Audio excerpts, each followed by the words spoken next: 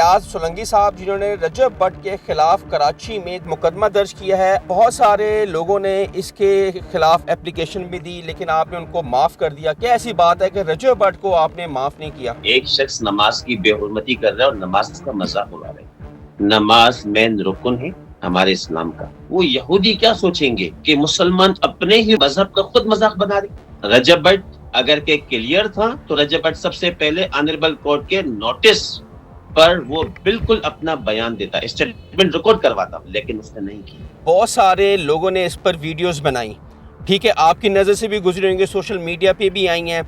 आपने उनके खिलाफ एक्शन नहीं लिया, आपने रजब भट्ट के खिलाफ एक्शन लिया। क्या इसका मतलब है कि वो पॉपुलर है सोशल मीडिया पे, आप चाहेंगे उसके खिलाफ मैं एप्लीकेशन देता हूँ, मेरी भी हाइप बन जाएगी, मैं भी पॉपुलर हो जाऊंगा? इसकी वजह ये तो नहीं है? अगर के ये यूके का वीजा इसका कैंसिल हुआ तो इसके पीछे मेन 295A का पर्चा ऑर्डर देने के बाद इसमें ऑफेंस मेड आउट हुआ है तो ऑर्डर हुआ है ना, ये डायरेक्ट पर्चा नहीं हुआ। क्या अब वो कराची में कब पेश होगा? क्या आपका कोई इरादा है कि रजब भट्ट को कोई माफ़ी आप दे दें, केस को बैक कर लें, आपकी सुलह सफाई हो जाए? कोई ऐसा सीन है? मेरे साथ मौजूद हैं रियाज सोलंकी साहब जिन्होंने रजब भट्ट के खिलाफ कराची में 295 के खिलाफ एक एप्लीकेशन दी, एक मुकदमा दर्ज किया है। आइन से तफसील पूछते हैं कि रजब भट्ट कब अदालत में पेश हो रहा है और क्या रजब भट्ट को क्या माफ़ी मिलेगी। सर अस्सलाम वालेकुम। वालेकुम सलाम। सर कैसे हैं आप? अल्हम्दुलिल्लाह मैं ठीक, आप कैसे हैं? ठीक है, दुआएं आपकी। सबसे पहले टाइम देने का आपका बहुत बहुत शुक्रिया। अल्लाह सर, आपने 295 का एक मुकदमा दर्ज करवाया है कराची में रजब भट्ट के खिलाफ। हालांकि बहुत सारे लोगों ने इसके खिलाफ एप्लीकेशन भी दी लेकिन आपने उनको माफ़ कर दिया। क्या ऐसी बात है कि रजब भट्ट को आपने माफ़ नहीं किया? मैं इस पे पहले क्लियर करता चलूं। देखिए, इस एप्लीकेशन को हमने सबसे पहले थाने में दिया था, हैदरी थाने में।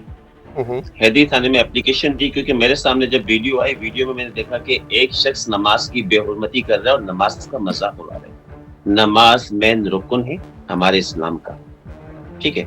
तो वो वीडियो देखने के बाद, हालांकि मैं रजब भट्ट को नहीं जानता था इस वीडियो से पहले, ठीक है, मैंने अपने ही हल्के से PS 128 से MPA के इलेक्शन भी कंटेस्ट किए और मैं कराची में, सिंध में एक अच्छा सोशल वर्कर हूँ। कोई भी इश्यू होता है उस पर आवाज भी उठाता हूँ, मैं केसेस भी करता हूँ, ठीक है, और मैं अल्हम्दुलिल्लाह इंसाफ भी दिलाता हूँ। तो ये जब सामने मेरी वीडियो आई, वीडियो आने के बाद मैं सबसे पहले हैदरी थाने गया, वहां जाके रजब भट्ट के खिलाफ में पर्चा कटवाने गया कि एक शख्स अगर के नमाज की बेहुरमती कर रहा है, इस नमाज की बेहुरमती से सबसे पहले तो हमारे जो नॉन मुस्लिम है या आउट ऑफ कंट्रीज में जो मौजूद है यहूद, वो यहूदी क्या सोचेंगे कि मुसलमान अपने ही मजहब का खुद मजाक बना रहे। उसके बाद जब SHO से मुलाकात हुई, SHO ने साफ मना कर दिया, मैं फायर नहीं काट सकता, कोई मसला नहीं।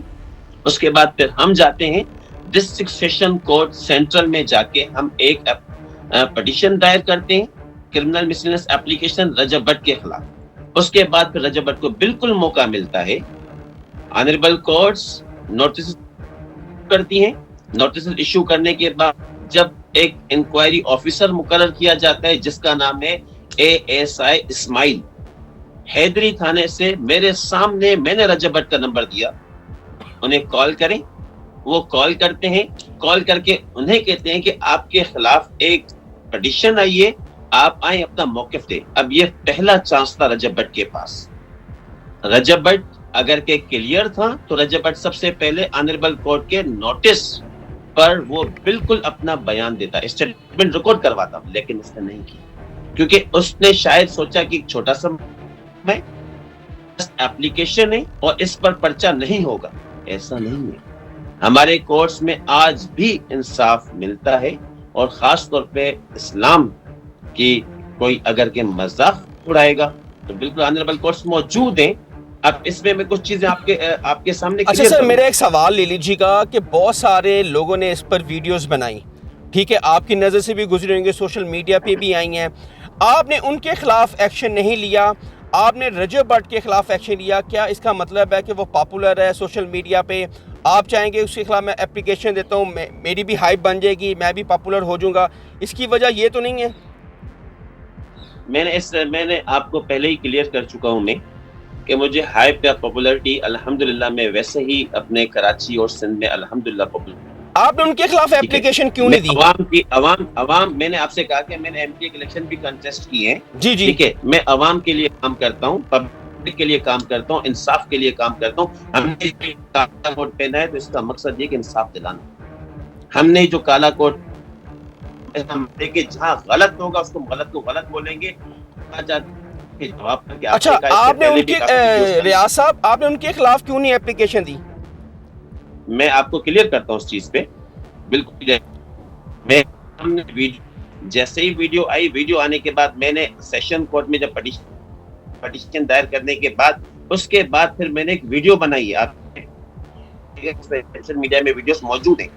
उस वीडियोस में मैंने कहा कि मैं तमाम उन लोगों को कहता हूँ अगर के अपनी वीडियोस डिलीट करते हैं विद इन 24 आवर्स 24 से 48 घंटे में तो ठीक है, वरना हमारी लीगल टीम, मेरी लीगल टीम, हम तमाम लोग एप्लीकेशंस देंगे और पर्चे कटवाएंगे और एफआईए के थ्रू हम कानूनी कार्रवाई करेंगे। वीडियो सोशल मीडिया पे मौजूद है, आप चेक कर सकते हैं। अच्छा, अब रजब भट्ट पाकिस्तान आ चुका है। रजब भट्ट पाकिस्तान आ चुका है। अब 10 दिन की उसको हफाजी जमानत मंजूर हुई है।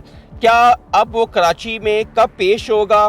क्या आपका कोई इरादा है कि रजब भट्ट को कोई माफ़ी आप दे दें, केस को बैक कर लें, आपकी सुलह सफाई हो जाए? कोई ऐसा सीन है? इस चीज को मैं इस तरीके से क्लियर करूंगा। देखें, रजब भट्ट कराची आ चुका है, ठीक है, पाकिस्तान आ चुका है, खुश शाइन बात है। सर, कराची आ गए हैं वो रजब भट्ट? हमें इदारों की इज्जत करनी चाहिए। हमारे इदारे हैं तो हमारा मुल्क है, ठीक है। इस अब जिस तरीके से इसके खिलाफ पर्चा कटा था तो इसलिए सोचा था कराची का एक छोटा सा पर्चा, हालांकि इससे पहले भी आप लोगों की नॉलेज में कि 10 दिन की प्रोटेक्टिव बेल लेके कराची आया था ये। जी जी बिल्कुल आया था। अब मुझे ये सर सवाल बता दे रियाज सोलंकी साहब, ये कोर्ट में पेश नहीं हुआ, उस दौरान भी एक पेश नहीं हुआ तो इसने सोचा शायद एक छोटा सा मुकदमा है, कुछ नहीं होगा। फिर उसके बाद वही मुकदमा हमने ट्रांसफर करवाया एफआईए में। उसके बाद फिर इसका नाम आया ईसीएल में। ईसीएल में नाम हमने डलवाया। ईसीएल में नाम डलवाने के बाद बिल आखिर अगर के ये यूके का वीजा इसका कैंसिल हुआ तो इसके पीछे मेन 295A का पर्चा। अच्छा, मुझे ये पहले, अब मुझे सर ये पहले जो रियाज साहब ये बताएं कि रजब भट्ट कराची में मौजूद है? मुझे इतना कंफर्म नहीं है, बट इतना मुझे कंफर्म है कि शायद वो कराची में मौजूद है। जहां तक मुझे थोड़ी बहुत नॉलेज मिली है वो कराची में मौजूद है। और इसके अलावा अपने काउंसिल से उनकी मुलाकात भी हुई है, ठीक है, और कराची में डिफेंस में मौजूद है। अच्छा, आप क्या समझते हैं कि ये तो एक बहुत सेंसिटिव मामला है। कल को रजब भट्ट अगर अदालत में पेश रहा, खुदा ना खासा उसको थ्रेट्स आए, उसको जान का भी खतरा है, तो उसका जिम्मेदार कौन होगा? स्टेट की जिम्मेदारी है कि आप उसको प्रोटेक्शन देंगे। आप उसको प्रोटेक्शन देंगे। मैं इस चीज को क्लियर करूं, ये जो पर्चा हुआ है ये पर्चा हुआ है सेशन कोर्ट सेंट्रल ने ऑर्डर दिया था। ऑर्डर देने के बाद इसमें ऑफेंस मेड आउट हुआ है तो ऑर्डर हुआ है ना, ये डायरेक्ट पर्चा नहीं हुआ। ये ऑनरेबल कोर्ट ने जब ये देखा, वीडियो देखी, वीडियो देखने के बाद ऑनरेबल कोर्ट ने देखा कि हाँ एक शख्स नमाज का मजाक बना रहा है, बेहुरमती कर रहा है हमारे मजहब की, तो उसके बाद जाके ऑनरेबल कोर्ट ने, सेशन कोर्ट ने एक ऑर्डर पास किया कि आप 154 की जाके स्टेटमेंट रिकॉर्ड कराएं और इसके खिलाफ पर्चा करें। तो ये जिम्मेदारी जो मतलब हर एक इंसान पर है, कोई भी शख्स हमारे मजहब का मजाक नहीं बना सकता। इस एफआईआर के बाद सोशल मीडिया पर आके चेक करें, आपको कहीं भी वीडियो नहीं मिलेगी नमाज की बेहुरमती की। तमाम लोगों ने वीडियोस डिलीट कर दी। लेकिन आपने कहा कि उसको थ्रेट है और अगर कुछ भी हुआ तो ये स्टेट की जिम्मेदारी है। स्टेट बिल्कुल सिक्योरिटी प्रोवाइड करेगी। स्टेट की जिम्मेदारी है कि कोई भी शख्स जिसको थ्रेट है उसकी जिम्मेदारी, उसकी सिक्योरिटी सेफ्टी की जिम्मेदारी स्टेट की है। आपको बिल्कुल याद है ऐसी कि कोई बात रजब नहीं है, भट्ट अगर कोर्ट में पेश होगा तो कुछ भी नहीं होगा। रजब भट्ट पे 295 का मुकदमा चला था लाहौर में, और उसके बाद वो मुल्क से चले गए थे। उसके बाद वो आए, अपने अदालतों में पेश हुए, उनको फिर क्लियर कर दिया गया कि आप नहीं समझते कि माफ़ी मिलनी चाहिए। एक दफ़ा जो गलती हुई है तो आपको चाहिए कि उसे पैचअप कर कर तो उसको एहसास दिला दिया है कि आपने कहीं गलत किया है, और उसके बाद उसको माफ़ी मिलनी चाहिए कि नहीं?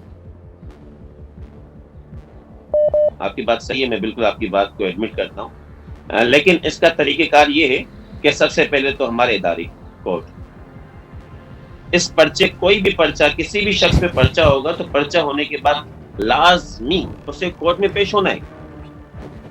वो कोर्ट में पेश हो, इसके खिलाफ पर्चा हुआ, पर्चा होने के बाद इसने पर्चा जस्ट खली वली समझ के और ये यहाँ से यूके चला गया, ऐसा नहीं है। सबसे पहले उस पर्चे को फेस तो करो। जब पहले 10 दिन की प्रोटेक्टिव बेल ली, वो कोर्ट में पेश क्यों नहीं हुआ? मतलब ये हमारे इदारे जो हमारे लिए काम इदारे हैं, ठीक है, उन्होंने नोटिस किया फिर भी कोर्ट में पेश नहीं हुआ। मैं तो ये कहूँगा कि कभी भी हमारे इस्लाम पर, हमारे मजहब पर कोई भी मजाक ना बनाए। आपके तवज्जुह से मैं कहता हूँ तमाम यूट्यूबर्स और तमाम सोशल मीडिया यूज करने वालों को कि इस किस्म का कोई मजाक ना बनाए, और दूसरी ना ही कभी पाकिस्तान का मजहब बनाए।